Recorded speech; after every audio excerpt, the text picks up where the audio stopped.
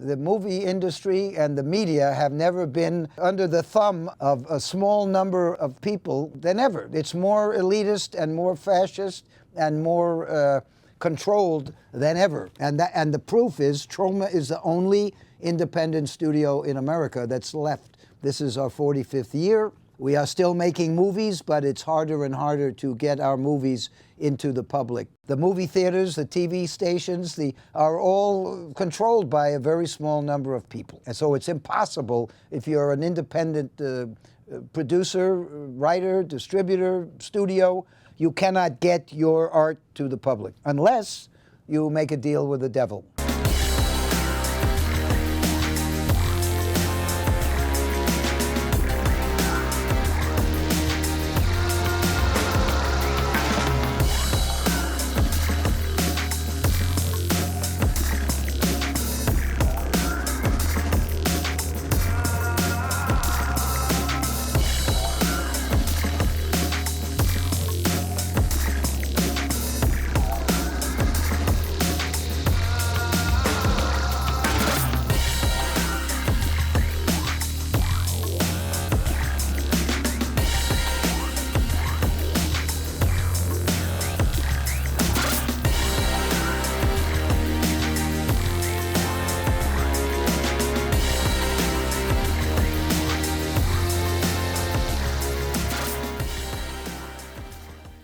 I was planning to be a teacher or a social worker and make the world a better place and teach people with hooks for hands how to finger paint.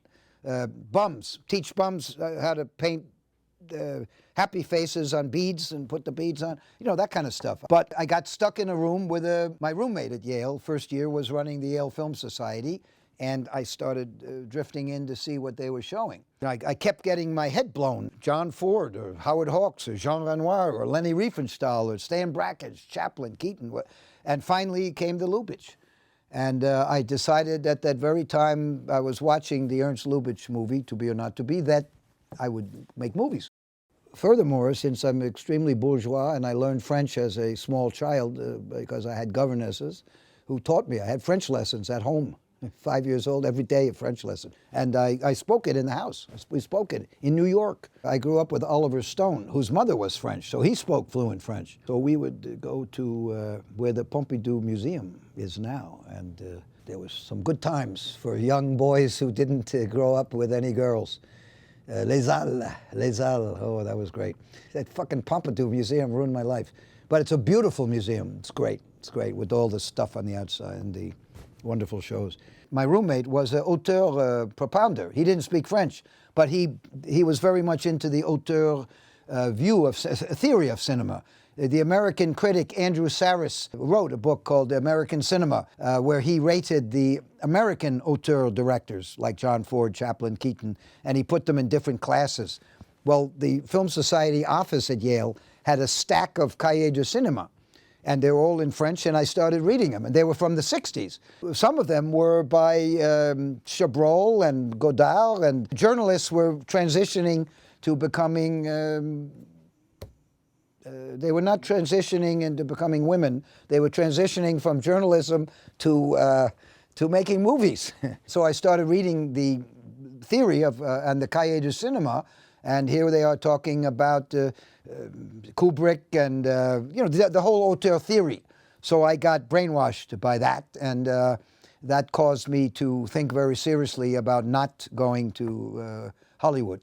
And my last year at Yale, I had two job offers. One was to work for a shitty little company here in New York called Canon, and the other was to work on a Hollywood movie. It was with Barbra Streisand, Owl and the Pussycat.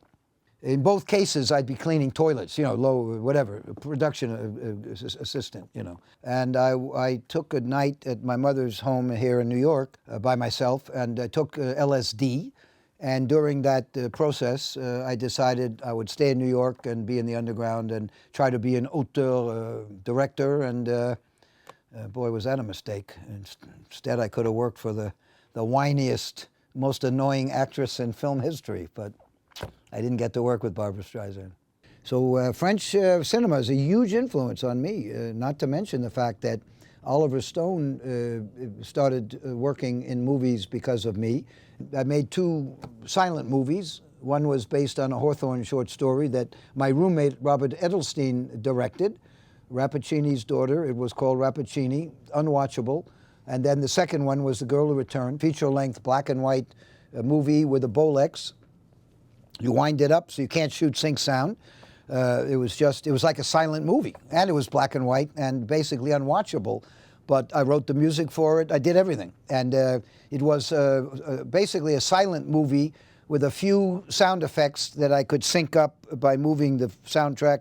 I didn't even have Moviola upright editing. I had nothing, just rewinds. I wrote the music, and a guy from Yale arranged it. So there was a musical track, there was narration, and a few sound effects, and maybe one word here and there. Like Chaplin at the end of his first sound film, he had one word. But only we would have one word here and there because it was the only way we could sync up. We couldn't sync up whole sentences because you can't shoot synchronized sound with the Bolex. And then Oliver Stone was hanging around, and then he was in my film Battle of Love's Return, which was a movie about identity. And it went into some theaters and got very good reviews in the New York newspapers. But it's unwatchable also. But Lynn Lowry starred, and Oliver, and some of, I used to hang around Warhol, so I got some of the Warhol crazy people. But the movie is, Battle of Love's Return is very boring in my opinion. But you can see it for free on the internet, on Troma Movies on YouTube. And it's on DVD too. And some people like it.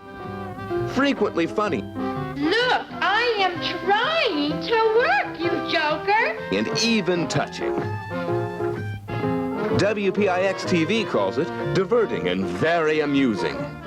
Then I had those jobs, you know, I took the job in the shitty little company in New York, Canon, and that's where I met John G. Avildsen, and he got an assignment to make a really shitty movie, but he totally changed the script, and he made a miracle, and I watched it close up as my film school, and Avildsen turned a piece of shit called The Gap into a masterpiece called Joe. Then I saw Avildsen, the first time I saw the shot that he was setting up, I said to myself, this guy has got talent. This is really interesting. And then I went to the camera. It was a huge Mitchell camera. And I went up to it, and I looked the first day, and I go and I look in the viewfinder, and a guy from the union, yeah, you get away from there. You're not in the union, Sandicat. You're not in the union. You know, you couldn't get into the union unless you were a white guy whose father had been in the union. That's how it worked when I was starting. There were no black people, no women, no nothing, just white men with big fat stomachs for the most part. And the Directors Guild was pretty much the same, horrible. Unions were terrible. So, but I learned not to touch the equipment. Although I worked on Saturday Night Fever, and I was trying to help them rap one night with all the big wires. I thought, okay, I can help them, you know, maybe we can put the stuff in the truck. And I got yelled at again. And there I had a bigger job. I was executive on that one.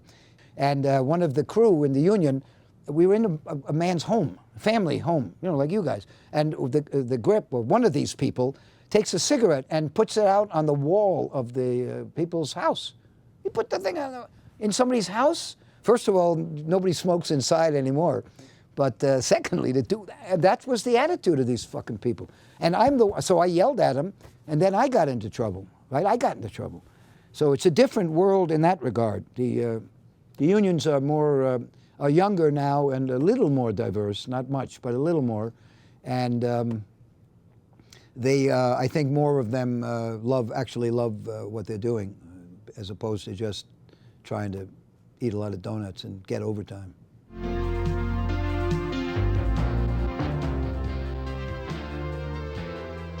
To begin with, we decided to make teenage comedies, satires.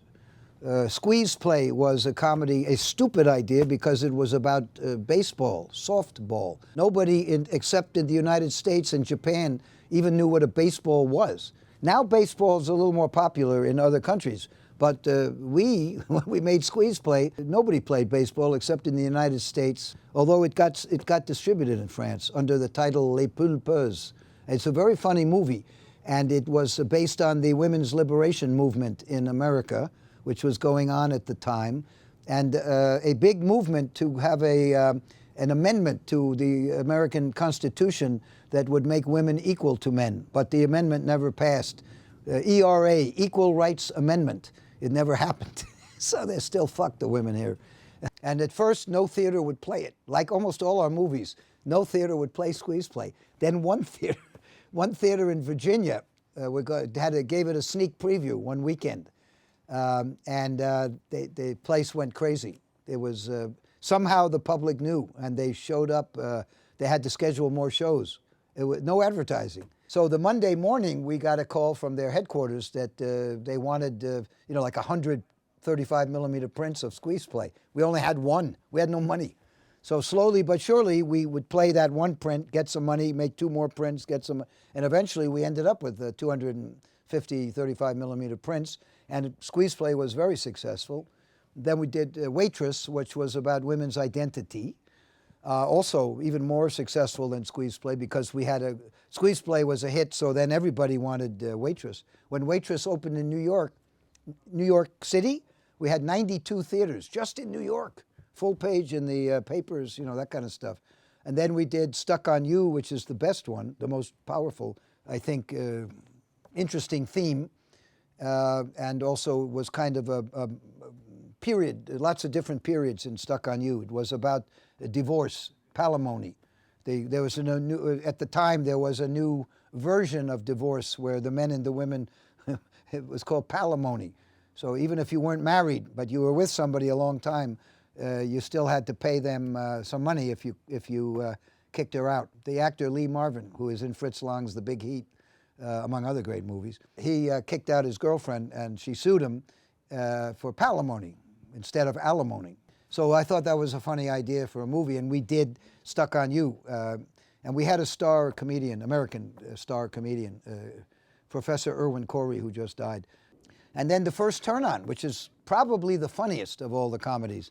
And that was Vincent D'Onofrio's first movie. And my brilliant partner, Mr. Michael Hers, turned down a young woman who was extremely eager to be in our movie. And so eager that she made her own costume. But my partner managed to turn down this very talented actress who would have done anything. She said that she would do anything to be in the movie. Unfortunately, I was at the Cannes Film Festival during the auditions. So we didn't have Madonna in our movie. We could have had Madonna in our...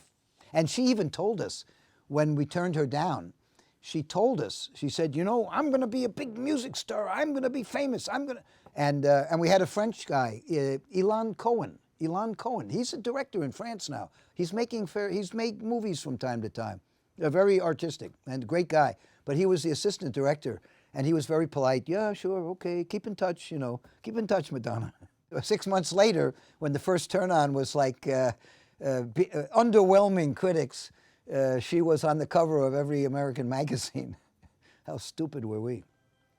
Well, eventually, big conglomerates, the devil-worshipping, evil media conglomerates, started making our movies. And Porky's came along. And the big studios were very unfair because they were using good scripts and good acting. And we couldn't compete with that. So we had to go to another place. And Michael Hers had read in Variety that horror films are no longer commercial. So we tend to, I keep looking over there because that's where Michael sits, but he's not here now. So he never goes on camera. Michael saw the headline, horror films are no longer commercial. So since it's our kind of business theory, do what the experts don't do, go against what they say. And we decided, okay, we're going to go into horror. But because I prefer comedy, we made Toxic Avenger into a kind of satire. The theme was the environment, which I was starting to get interested in because we used to go camping. My wife and I, we'd go camping. Didn't matter where we were. Oh my God, we were swimming in Lake Como and rubbers are going by. And then of course, no matter where we are in this country, in America, beer cans and McDonald's, in those days McDonald's didn't have biodegradable plates and cups. So I started to get interested in the environment. I say, okay, we'll make a superhero a hideously deformed creature of superhuman size and strength, because I had been friends with Stan Lee since my Yale days. Spider-Man was a big influence, and I figure, okay, well, we can't compete with the Superman weapons, but we'll give a Toxie, give him a mop, environmental symbol. What better? And how funny is that? And how non-technical, right? He's a mop. And in terms of superpower, the only thing Toxie can do is jump. He can't do anything else. So I thought it was very funny. We finished the Toxic Avenger. We had a screening for investors. Even one of our investors walked out of the movie. You know, this is 1984. Nobody saw that before. And people didn't get that it was funny, that it was cartoon. They didn't get it. All right, everybody, drop your tacos or I'll blow your brains out. The vandals and the perverts had their way with the little people of Tromaville until the Toxic Avenger ripped them apart. The Toxic Avenger. His face is so terrifying. We can't show it to you now. You'll have to see the movie for I'm very much influenced. Doesn't matter what their philosophy is, it's their style. Leni Riefenstahl, one of the greatest filmmakers of all time, she unfortunately, fucked Hitler, but other than that, she was a great artist, and she was a woman. And if she had come to the American industry the way Fritz Lang did, she'd be cutting negative. She'd go blind cutting negative for Disney, probably for Disney, right? So she stayed in Germany and she made some great movie. She invented propaganda. There'd be no Putin without her. There'd be no Mao. There'd be no fascist China. She was a friend of my stepmother, and she used to stay with my stepmother and my father. And it just so happened she was staying with them when we had finished The Toxic Avenger in 1984. My father brought her and this big-time Supreme Court judge from Germany to see the first investor screening. We had just finished the movie, and it was about a dozen of our investors watching for the first time, you know, woo. And Leni Riefenstahl sat through the whole thing with the judge. I remember one of our investors brought his son, maybe 13 years old.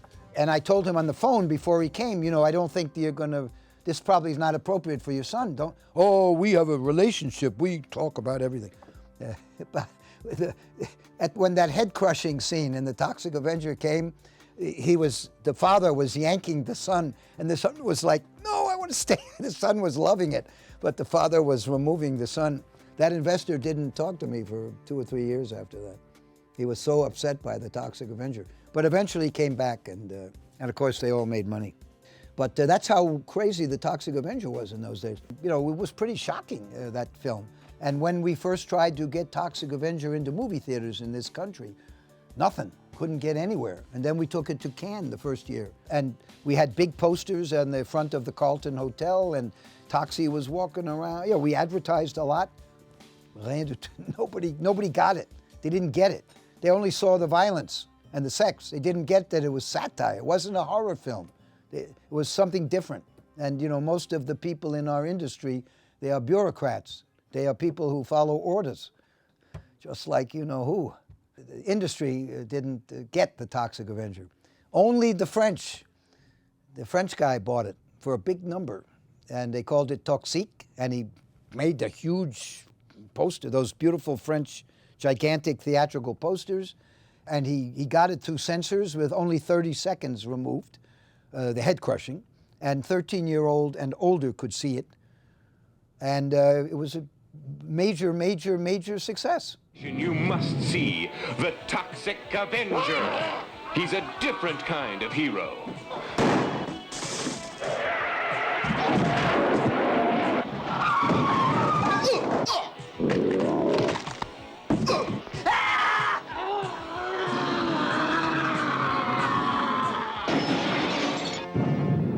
The Toxic Avenger is coming to your town. Look out. And in the United States, they didn't get it. And then we had to have it, finally one theater downtown. And I think we had money, we could put like a little ad like that. And the next day there was a line around the block for The Toxic Avenger. And it went for a year there. And then we ended up with 2,000 screens for Toxic Avenger. We had about 150 prints. And suddenly it took off. The next year we went to Cannes, and there was there was so much demand that we had a problem. One German guy who distributed for us accused us of making a deal with his competition for the Toxic Avenger Part 2. And we didn't even think about Toxic Avenger Part. It wasn't on my, I had no interest in doing it. And the distributor accused me of going behind his back and offering Toxic #2 to his competition before I offered to our distributor. And I said, oh yeah, it was a mistake. I didn't do it. It was one of our workers. Yeah, we're getting ready to do the sequel. It's going to be big. It's going to be big. And we got a shitload of money. And that led to Lorimar putting up a lot of money, and we made the movie. We made Toxic Avenger 2. And People will be dancing in the streets in The Toxic Avenger Part 2. No, Proro. The wildest, most off-the-wall action movie since The Toxic Avenger Part 1.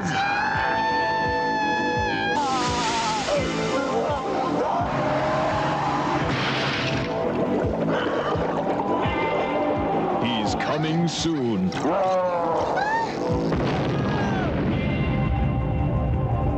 The Toxic Avenger Part 2. I figured, since we are the smallest, poorest movie studio of any, like a real, of real movie studios, so let's go to the most expensive country and make the sequel. So we went to Japan, and at that time the yen was,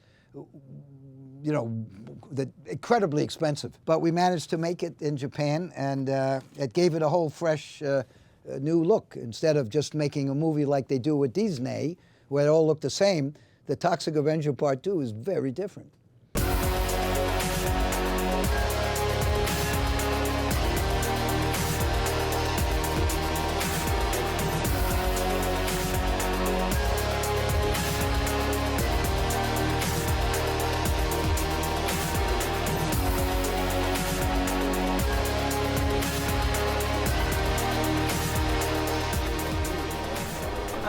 Oui, sur email.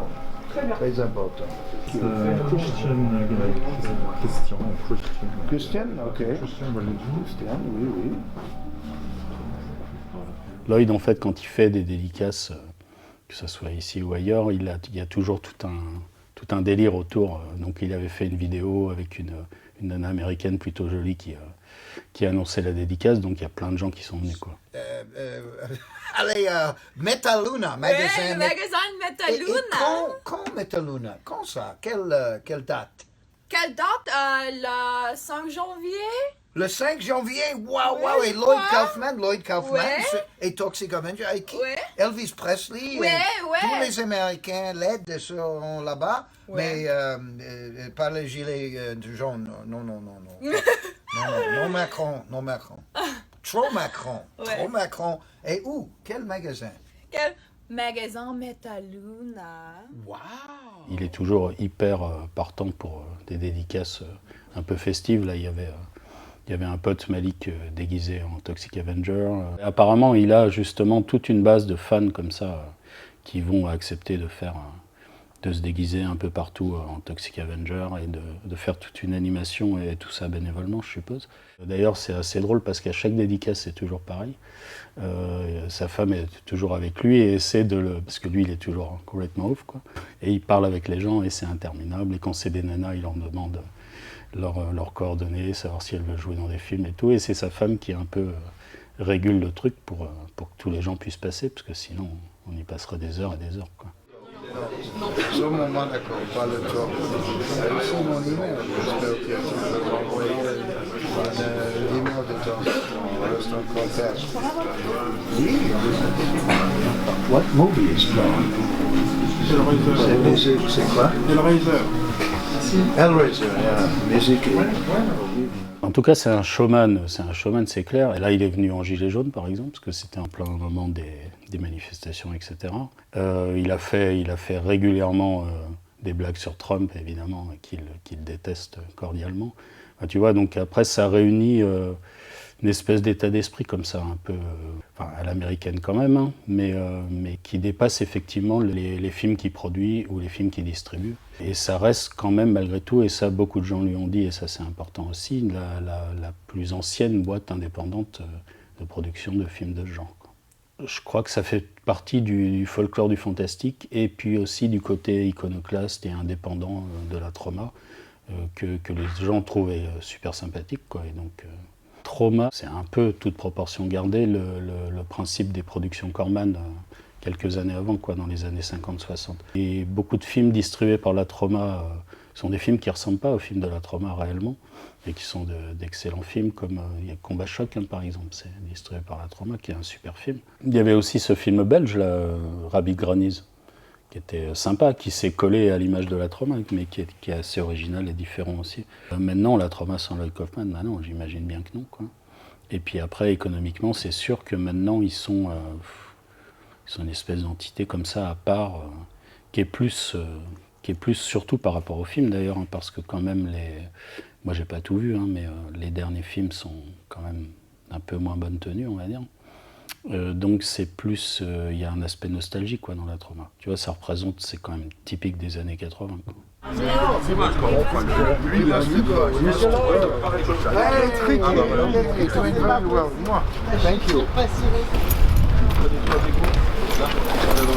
peuvent rentrer à 4. Je suis Willy Loman, Death of a Salesman, n'est-ce pas? Quand on est indépendant, il faut vraiment beaucoup de boulot. Allez, allez-y. Allez, à plus tard. When I was on the book tour, every place, every store I would go and do readings, what would happen if Sergeant Kabuki Man and the Toxic Avenger had a fight? And to me, that's the stupidest fucking question. And for a year or so, I would dismiss it. I was, how stupid, it's ridiculous. But then I'm thinking, hey, the fans want it. They want it. So let's figure out how to do it. And we did it in Citizen Toxie. Trent Hager, who is now a very successful American director, he was on his honeymoon, but he was my assistant at the time. And I said, here, you got to write a script. We've got some money, and you write a script. You're going to have abortion in it. This has to be an important theme. You have to have Toxic and Kabuki Man fighting. And there were some other pieces of the puzzle. So there he is on his honeymoon, he's writing the script, and he did a brilliant job. He created the alternative universe. He could have the Toxic Avenger going to Amortville and fighting bad Kabuki Man, and he would have the bad Toxie, the noxious offender, coming to Tromaville and basically becoming a dictator. A good Kabuki Man was descending into that drug-addicted drunk. He rapes Toxie's wife. I think he would get in lots of trouble today with that. And not to mention, Citizen Toxie's got a big theme about abortion, right? And abortion is still, to Americans, for some reason, the right to a woman's body is still, they haven't figured it out yet, right? We still haven't figured out that a woman should have it's okay for a man, he can cut his penis off, suck his own penis, whatever he wants. But a woman, she don't have no rights to her body, right? Right? It's illegal. There are places where women have to travel 1,000 miles to go to a place where they can get an abortion. I don't think abortion should be a big issue, but for most Americans, that's what's on their minds. And how stupid the whole system is collapsing. Not to mention the white supremacy, the epidemic of terrorism, American terrorism, right?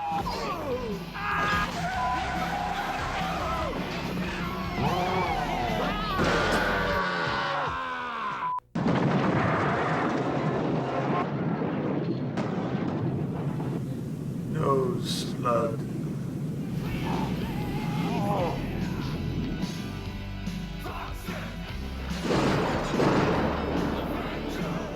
Citizen Toxie is the greatest film about abortion yet. It's great because it's aimed at young people and it makes the point and it's funny and it's a cartoony kind of thing and it's great. And the best movie that pioneered the fight against AIDS was Troma's War. That was the first one that showed AIDS right in Ronald Reagan's face because the president and his group, they were saying that AIDS was punishment for the homos, right? Not to mention that Nixon and Reagan used to call black people monkeys. It's not fake news. Let's kick some butt!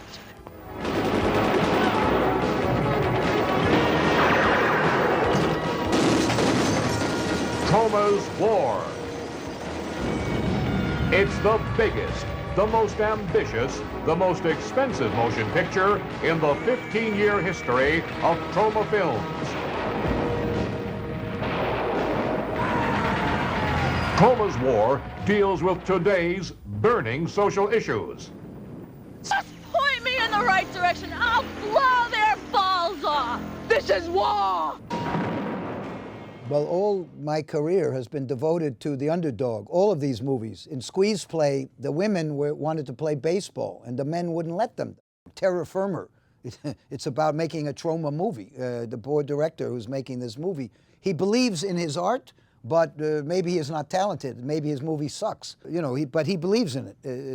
But he's an underdog. He has probably no chance of succeeding when you look at that movie. In fact, he gets destroyed. And I think I know a little bit about what I'm doing. It's a horrible world. There's starvation, dismemberment, torture, rape, cornholing. It's horrible out there. But it's worse. It's worse here in the movie set. It's much worse. We have danger and stupidity. I don't want somebody dying on my set. If someone dies here, I'll blow my brains out. It'll be your fault. My career will be over. Shakespeare's Shitstorm is all about the underdog, our new movie. Frank Capra is a big influence and a major American auteur, and John G. Avildsen, who is a big influence on me as a mentor or teacher. All Avildsen's movies are about underdogs. Karate Kid, Rocky, you know, all that. What's going on? I knew come high. What's going on? I knew come high. What's going on? It's like Kill Bill, two movies together in one movie. And Tarantino told me to do it, actually. The Return to Nukem High and the Return to Nukem High was actually inspired by Tarantino, who, when he was working in the video store, was a big Troma fan. And we became fairly friendly when he had the Reservoir Dogs at Cannes, because he hung out. We had office in the Carlton Hotel, and he spent a lot of time with us. And his press conference, he wore a Troma t-shirt. It was a few years after that. We were both showing a movie at Sitges in Spain. And I asked him, what do you think? What would be something I should do? He said, do something bigger, meant more ambitious, something that is, you know, something people wouldn't expect you to do. So when he did Kill Bill, I saw, hey, that worked. That was great. You can see both separately, but they work together. They're brilliant. Return to Nukem High, you can see by itself, and Return to Nukem High, which came out 2 years later, you can see by itself. I was a big fan of Warhol. And I like the way Warhol, he's like Bertolt Brecht, breaking the fourth wall. I like that stuff where in the middle of an Andy Warhol movie, the actor looks at the camera, I want to have lunch, I'm hungry. And Warhol keeps it in the movie. I think that's great. In Volume 2, Return to Nukem High, I used that technique. My wife was yelling at me at night because she didn't like a scene in Return to Nukem High. In it, there is an ejaculation. But it's a joke. It's not a human. It's a cartoon. It's like an atomic bomb of ejaculation. But she didn't like it anyway, and she was very hostile at home. So we wrote the scene into the movie. My wife actually comes into the movie.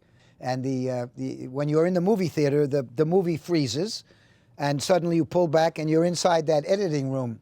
And my wife is in there yelling at the editor, did you do that? That's disgusting. Did you do that? And then the editor says, no, Mrs. Kaufman, it was he. He did it. Lloyd Kaufman did it. I didn't do it. It was his fault. It's a very good breaking the fourth wall. It's very much Warhol inspired. And it's funny as hell. And my wife did a great job. The commissioner did a great job acting, too. She's a very good actor, very smart. Except for whom she married, but otherwise she's extremely smart. No, there is enough of this. We don't need more penises. We don't need vaginas. We don't need penises and vaginas in this movie. There's enough of the naked girls and tails going in. Just stop it. Hear me out. Hear me out. After the scene with the nether regions, the tail wraps around her head and crushes her head. It's a Troma head crushing. Neither movie has any distribution anywhere except U.S., of course. United States played about 200 theaters and a lot of film festivals, but nothing in France, Yeah, we have German distribution. Yeah, we have very good distribution in Germany. But other than that, we're dead. C'est moi qui étais venu t'expliquer quand tu te faisais maquiller la scène. Ah, d'accord. J'ai fait behind the scenes, tourné. Oui, et c'est moi qui parlais, et tu as accéléré ma voix parce que je parle en français. Je t'explique toute la scène, et t'as accéléré ma voix rapidement en disant yadi yadi yada, French talks, etc. It's going to be some kind of short film, something to do with ninjas in Canada, and somebody who did special effects on Poultrygeist. Not exactly sure what the diddly deal is, but all these men are behind me, and apparently I'm going to be some sort of a ninja or something to do with ninjas. French short ninja film. On a une scène où l'un des ninjas lance des mini tours Eiffel.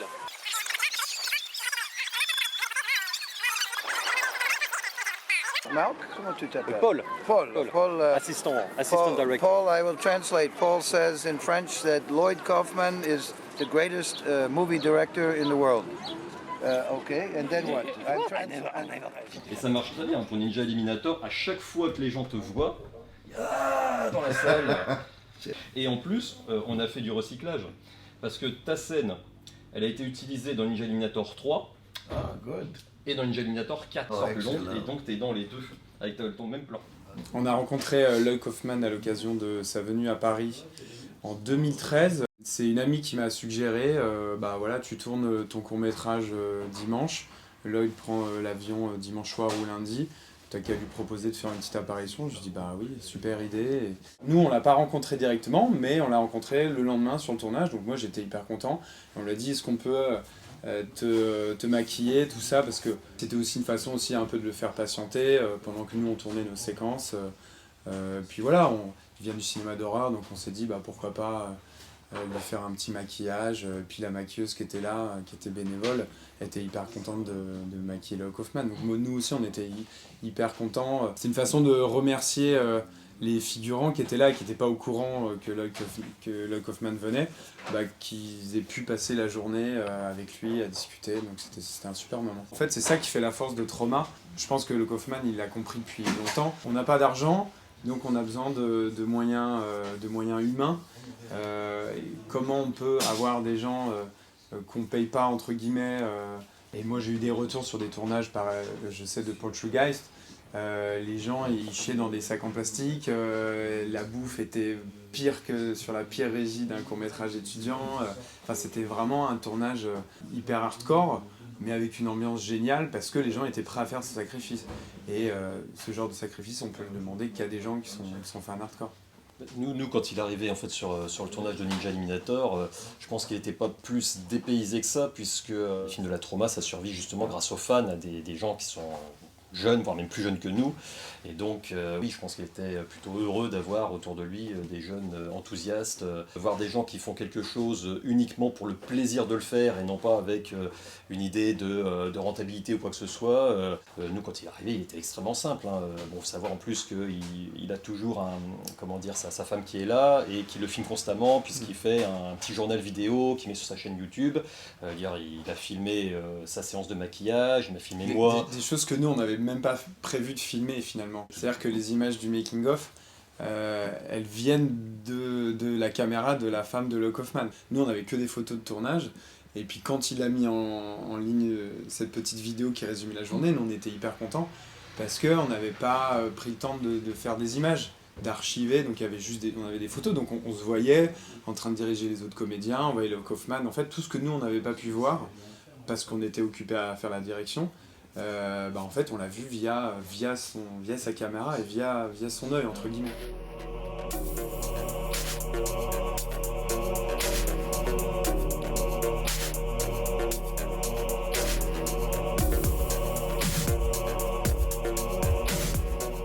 Effectivement, Lloyd, c'est un septuagénaire, donc on avait prévu de lui mettre plusieurs fausses tours Eiffel, de planter dans la tête, et on s'est dit, bon, c'est quand même une personne âgée, on va lui mettre qu'une, mais lui, il aurait été tout à fait d'accord pour en avoir beaucoup plus. Il ne s'est pas du tout plaint en disant, bah non, je vais partir, etc. Non, c'était vraiment très content d'être là et de pouvoir faire ça avec nous, quoi. Donc, C'était un super souvenir parce que c'était à une époque où on pouvait encore tourner. Enfin, quand j'y pense, maintenant, c'est plus envisageable. On avait quand même un espèce de revolver qui était lourd, qui faisait vraiment arme à feu, avec des mecs habillés en ninja, avec des faux sabres.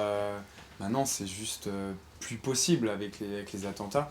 Donc, c'est vrai qu'on a eu quand même beaucoup de chance de ne pas avoir des gens qui sont venus, des flics, pour nous demander d'arrêter ou demander ne serait-ce que ce qu'on faisait là, quoi.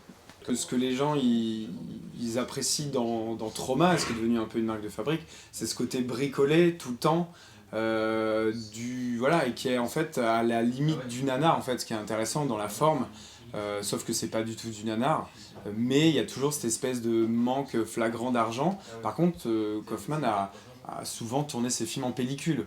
Et ce qui est intéressant dans le sens où, à l'heure actuelle, si un Lloyd Kaufman arrivait dans les années 2000, il tournerait en numérique. Lui, il a eu la chance d'avoir suffisamment d'argent, parce qu'il a connu le marché du vidéo, pour pouvoir tourner ses films, beaucoup de ses films en 35 mm.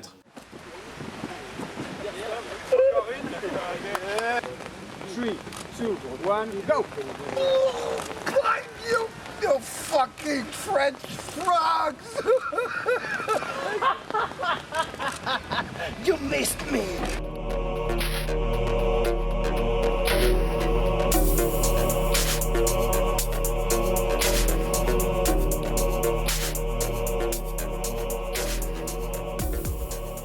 Lloyd Kaufman, oui, c'est quelque part, de toute façon, c'est un auteur, ça on ne peut pas lui enlever. On peut parler de Marvel qui crée un univers cinématographique où c'est un univers monde où plusieurs films peuvent se dérouler.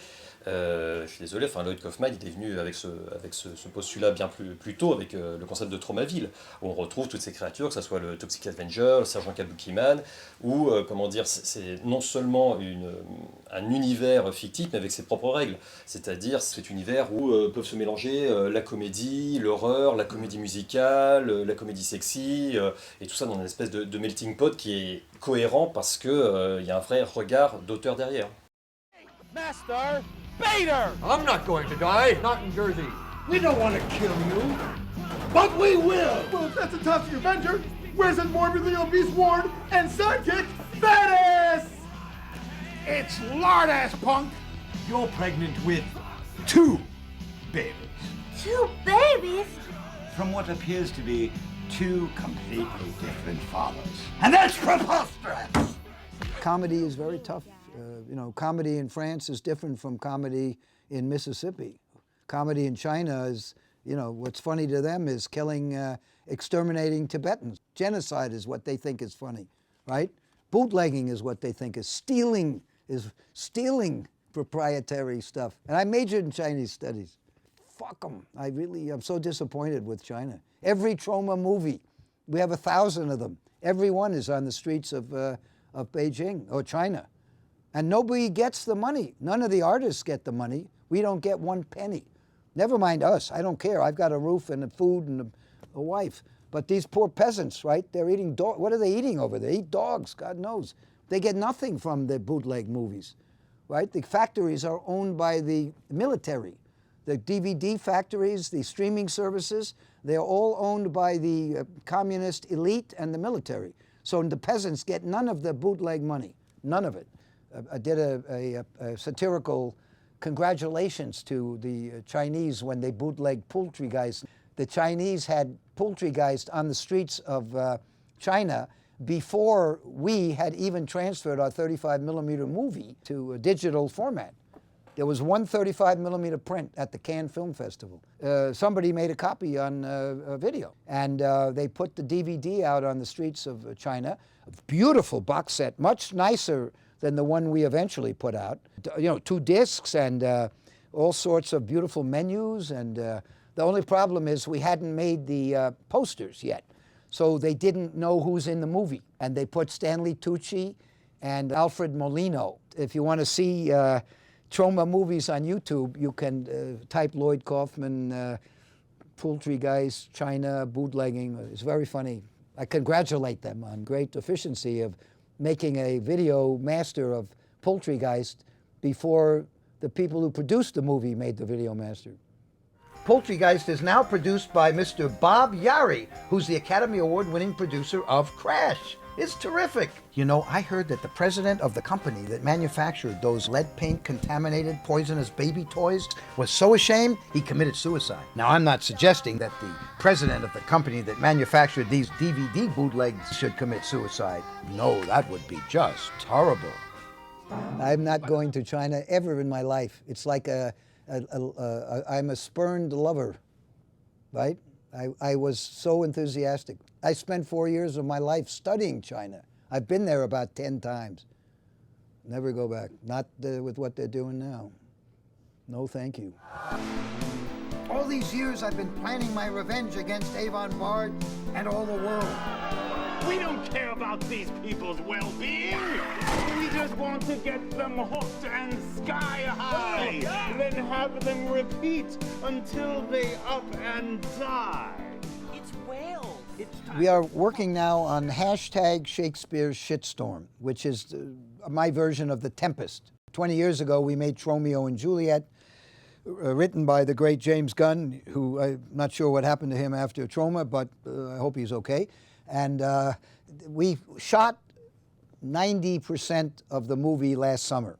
We shot in Albania, 8 days, and then we shot 5 weeks here in New York. Long, long days.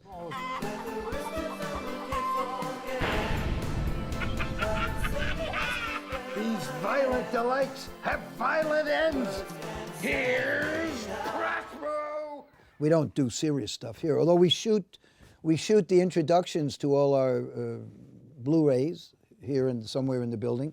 Yesterday we spent the whole day filming for Mutant Blast, the Portuguese movie Fernando Ale just directed for us, and the Portuguese government gave us some of the money. So we were filming all day yesterday for him, some stuff to put, little things to insert shots. You know, nothing major. We don't shoot anything major here, other than green screen. Nós estamos é que nos pôr a andar daqui, antes que a radiação nos comece a afetar.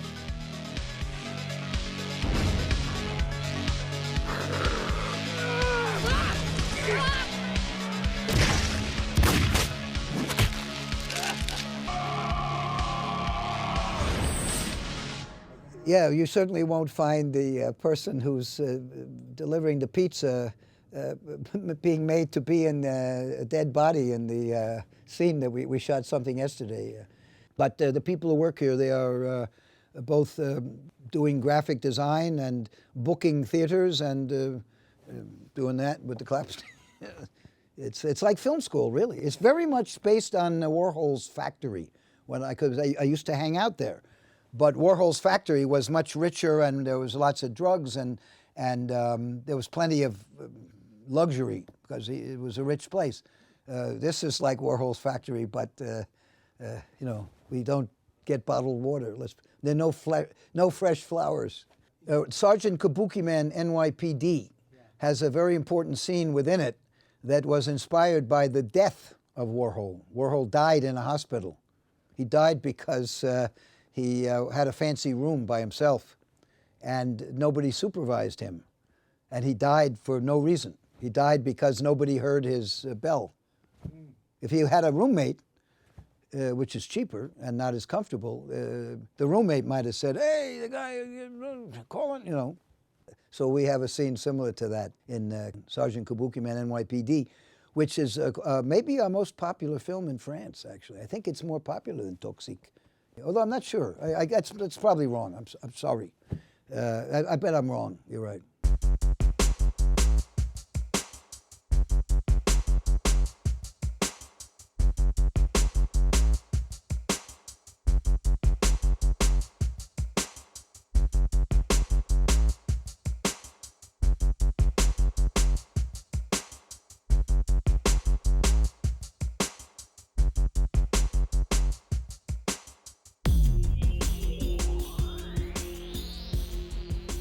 Lloyd Kaufman, c'est vraiment une énigme pour moi. C'est-à-dire qu'on peut très facilement le ranger dans la case producteur, distributeur, réalisateur excentrique. Mais je pense que ce serait aller un peu vite en besogne. Je pense qu'il est bien plus complexe que ça en réalité. Derrière sa jovialité apparente, derrière sa francophonie, sa francophilie, j'ai toujours décelé chez lui une forme de noirceur.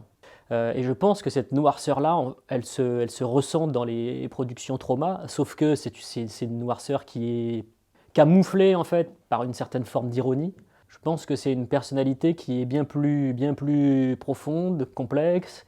Il suffit de gratter quelques instants pour se rendre compte que derrière l'homme sandwich, fondateur de Troma, il y a aussi un très grand cinéphile qui aime le cinéma du monde, des réalisateurs comme Kenji Mizoguchi, comme Bergman, et qui s'en est d'ailleurs servi pour tordre un petit peu les genres, pour s'amuser avec des codes.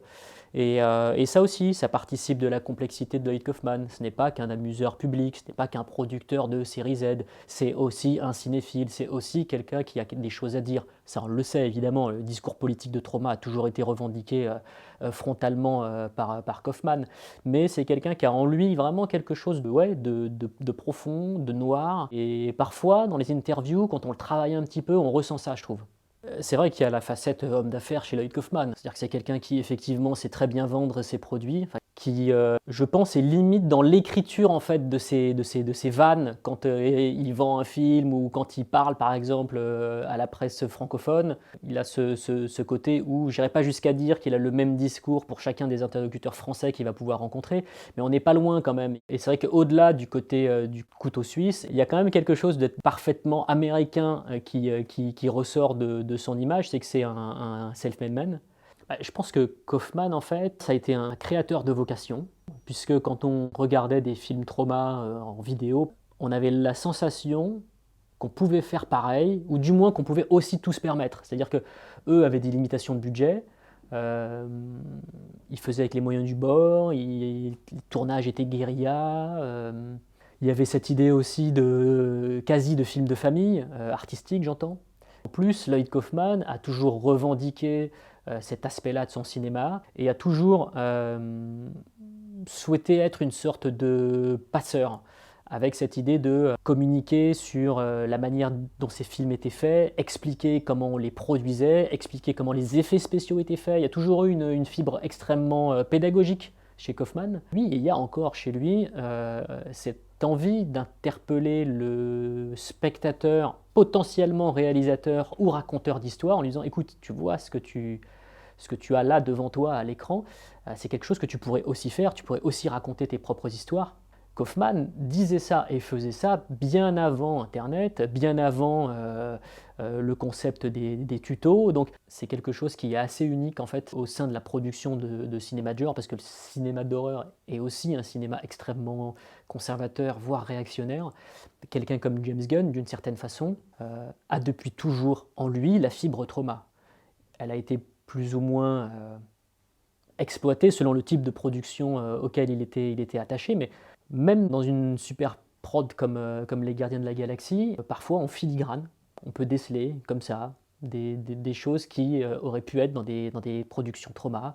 Il y a, je pense, chez les gens qui sont passés par l'école Troma, cette espèce d'aspérité, ces aspérités qui finalement ne sont jamais totalement gommées. C'est-à-dire que c'est des gens qui peuvent se couler dans le moule, comme James Gunn se coule dans le moule de Disney et de Marvel quand il fait une adaptation d'un comic book, mais il ne se coulera pas totalement. Il y aura toujours quelque chose qui rappellera le temps où il avait écrit pour Troma. Et ça, c'est quelque chose que je trouve assez unique en réalité, puisque quand on réfléchit bien aujourd'hui, est-ce qu'il y a d'autres sociétés de production aux États-Unis qui ont laissé cette empreinte-là sur des metteurs en scène, qui aujourd'hui en plus travaillent dans ce qu'on peut appeler le Hollywood triple A, quoi.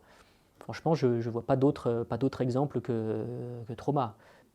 C'est vrai que Combat Choc, en fait, même si le film a uniquement été distribué par Troma et non pas produit, fait vraiment partie, je pense, du versant sombre de Lloyd Kaufman. Se tourner vers cette production-là, c'est pas du tout anodin, c'est absolument pas innocent.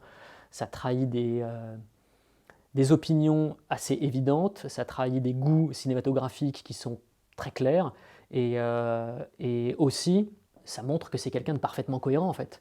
Et c'est vrai que Combat Choc est souvent considéré comme le meilleur film distribué par Troma. Je pense que c'est le cas par ailleurs. C'est un film qui a souvent été qualifié, je crois, de mix entre Taxi Driver et Eraserhead, et je pense que la définition, elle est assez juste en réalité.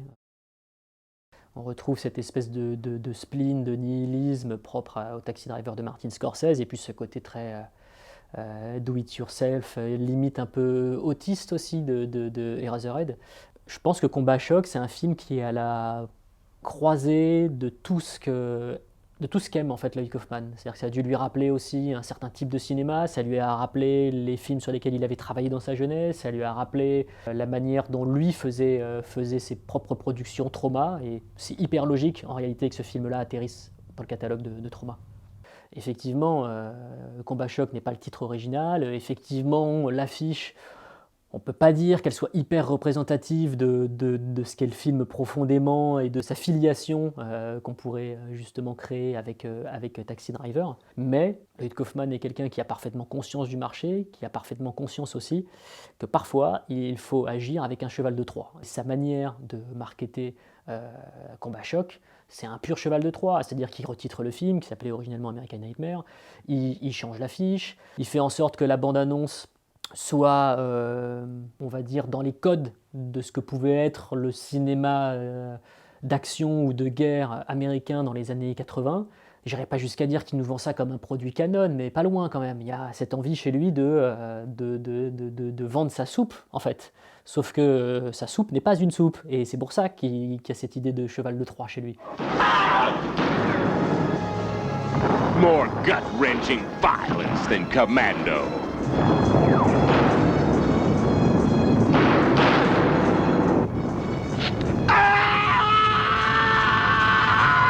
Combat shock, an explosive film you'll never forget. Ça a toujours été sa méthode en réalité. C'est-à-dire que quand il fait Toxic Avenger, il fait un film sur l'Amérique.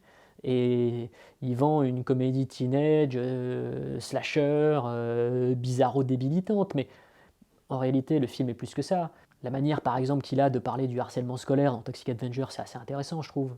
C'est quelque chose que les gens ne remarquent pas forcément de prime abord, parce qu'il y a un emballage qui est hyper coloré, hyper agressif.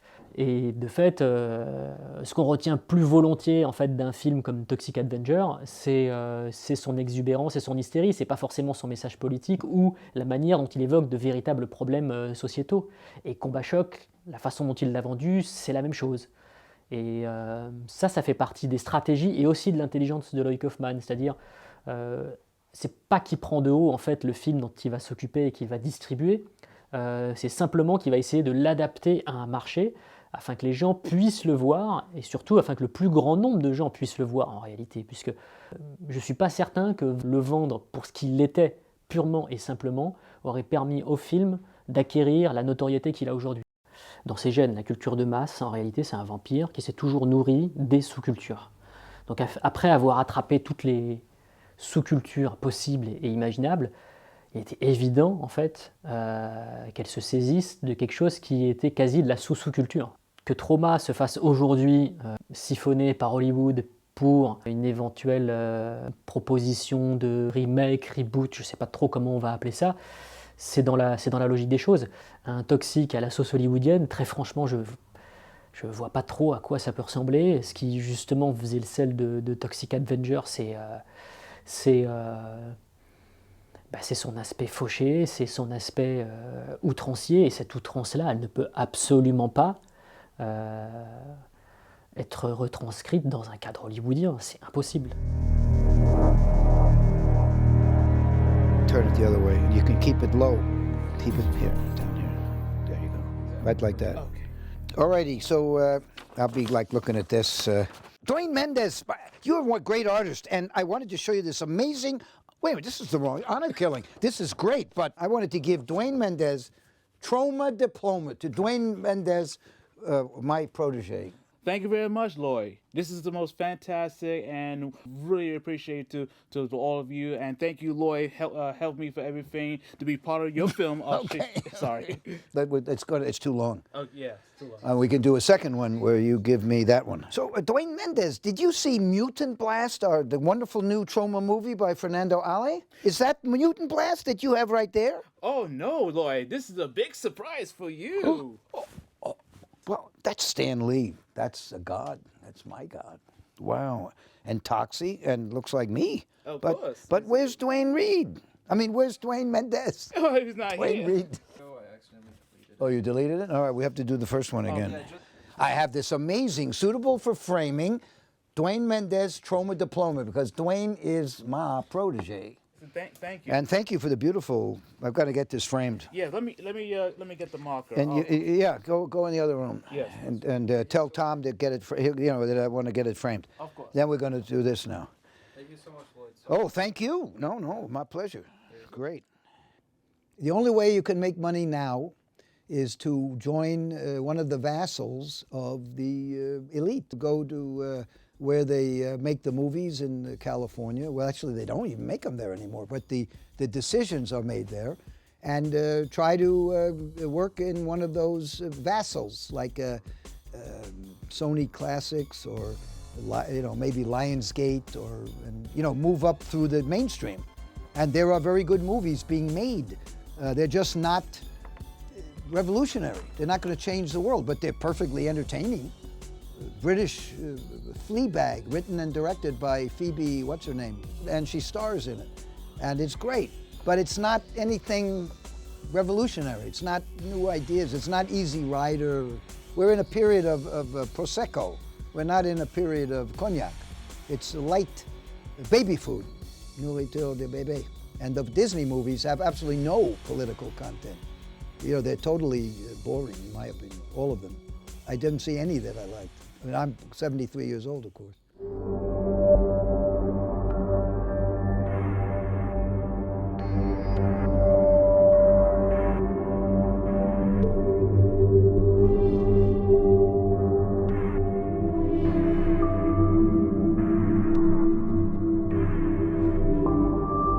It's called Troma Tuesdays. We do it every third and fourth Tuesday of the month. It's not only Troma, but Troma is a good example for you because you experienced ones yesterday.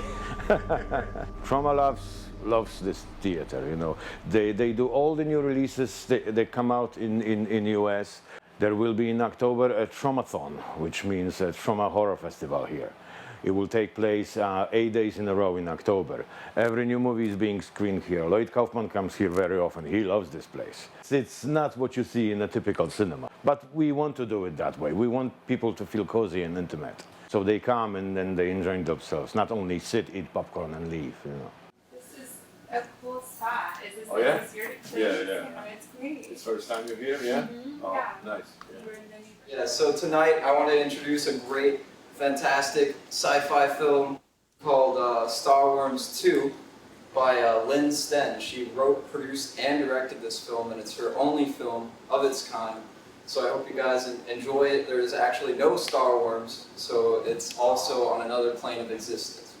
And I would love for you guys to be introduced to some of the Troma team that will be taking on some of the Troma Tuesdays. I'll be here still for a few months, but I want to introduce you to Tom D'Amico. I wanted to present Cam that just left us. I wanted to present him with his own Troma diploma. Oh! He's going to be very well missed, and we're glad to, that he was here and that he did what he's done, and we're all here because of his work, because he put this together. So, give him a round of applause, and thank you very much. The new face of all of the graphic content and some local screening promotions and everything else. Jeremiah Dubé. And then next month, to celebrate the 1-year anniversary of Troma Tuesdays, we're doing all of the original sex comedies that first started off Troma's productions by Michael Hurst and Lloyd Kaufman, of course. And the reason we are still here is because of the fans.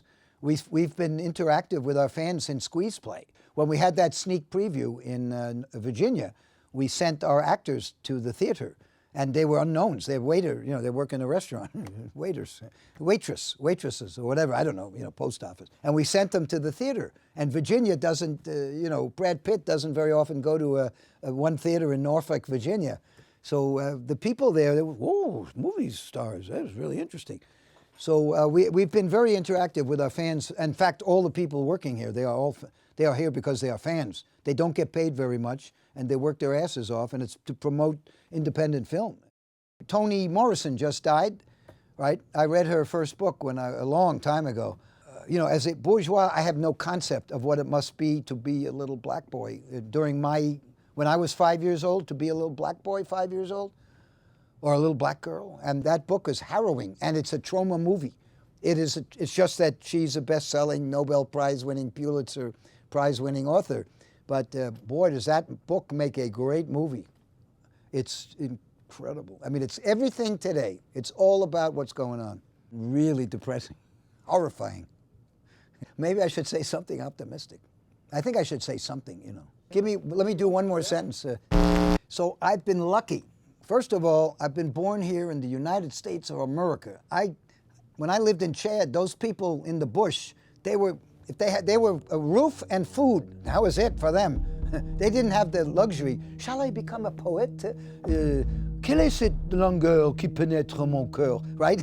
They don't have that luxury. But we can come out of university and we can say, what are we going to do with our lives? So I've been lucky. I've had 50 years of making my own damn movies, doing anything I wanted.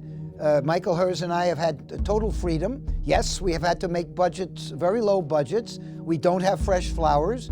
We don't have chauffeurs and limousines. We don't have country clubs. We don't eat at fine restaurants. But we've made a shitload of movies, and we've left a huge, huge mark on the world of art. And in the fullness of time, long after I'm dead, the mainstream will get it. They will get it, but they don't get it right now, although the Museum of Modern Art and Cinémathèque Française, and they do get it, but the mainstream media hasn't gotten it yet. So I'm saying to you young people, today you don't need money to make a movie. It's yin and yang. You need talent, and you write a good script. For a small amount of money, you can take your telephone and make a movie that can be distributed all over the world, and it's being done. You save a little money, 2,000 or 3,000 euros, and make a few, get your mother and family to put in some money on Kickstarter, and you make your own damn movie. And there are people out there making movies for nothing that are brilliant, and they're distributing them themselves, and they're creating their own brands. Then they make a first film. They still have to work as a nurse to make the money. And they make a second film, save a little, third film. Maybe by the sixth film, they're full-time making movies and making enough to live, and they can make part-time job as a nurse or a teacher, whatever. So there is hope. Also, you can join the mainstream. Nothing wrong with that either. James Gunn is the best person in the world. Eli Roth is the best person in the world. Trent Hager, you don't have a better person than that. They love movies, they're talented, they're wonderful people, they're in the mainstream, and they will bring you good movies. But 99.9% of the mainstream are scum of the earth. My advice would be, to thine own self be true. Do what is in your heart. Do what is in your soul. Be an auteur filmmaker. I think be an artiste. Film is an art form. And if you want to have people getting their heads crushed, great. If you want to make poetic movies about flowers and animals together, make them. And if it comes from your soul, it's art, by definition.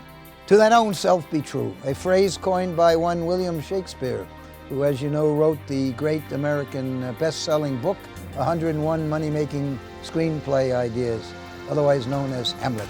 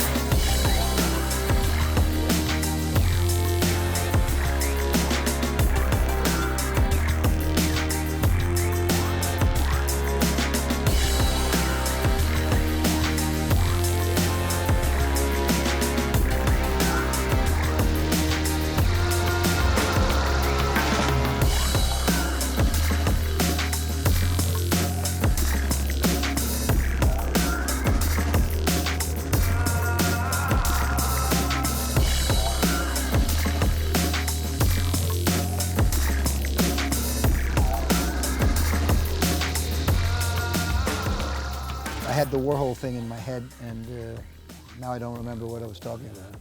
I'm starting to bore myself, I'm sorry. Hold on, I don't, sorry, I usually don't get so many texts.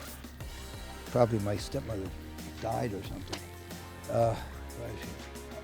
God knows. Sorry.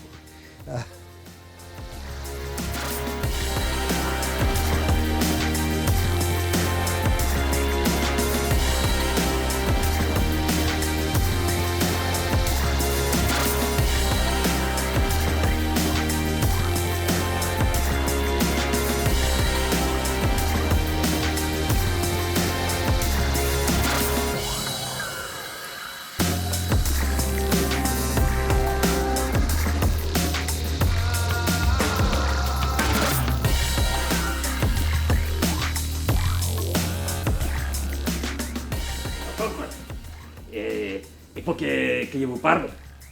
Ce que je voudrais, c'est faire du cinéma avec vous.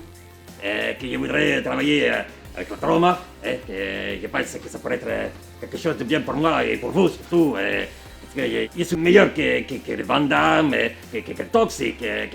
Non, c'est mon petit déjeuner, alors je suis fatigué. J'ai dîné avec Edward Bell jusqu'à 4 heures du matin. Envoyez votre CV à Troma à New York. Troma.com. Je ne vais pas vous prendre votre temps, je vais vous montrer tout de suite de quoi l'Angel de la Muerte, c'est moi l'Angel de la Muerte, il est capable. Au niveau des acteurs, moi, je n'ai pas besoin de comme Van Damme, je ne fais pas le grand écart, moi je fais le grand théâtre. C'est comme si vous saviez un mélange de Steven Seagal et d'Al Pacino. C'est pas le moment, j'ai dit envoyez le CV à Troma. De vous faire parler d'état avec les CV, tout ça. C'est être ou ne pas être, telle est la pregunta. Non, attendez, je vais le faire parce que... Je vais le faire. Être ou ne pas être. Non, mais... C'est le Kaufman! C'est le Kaufman! À bientôt. Non,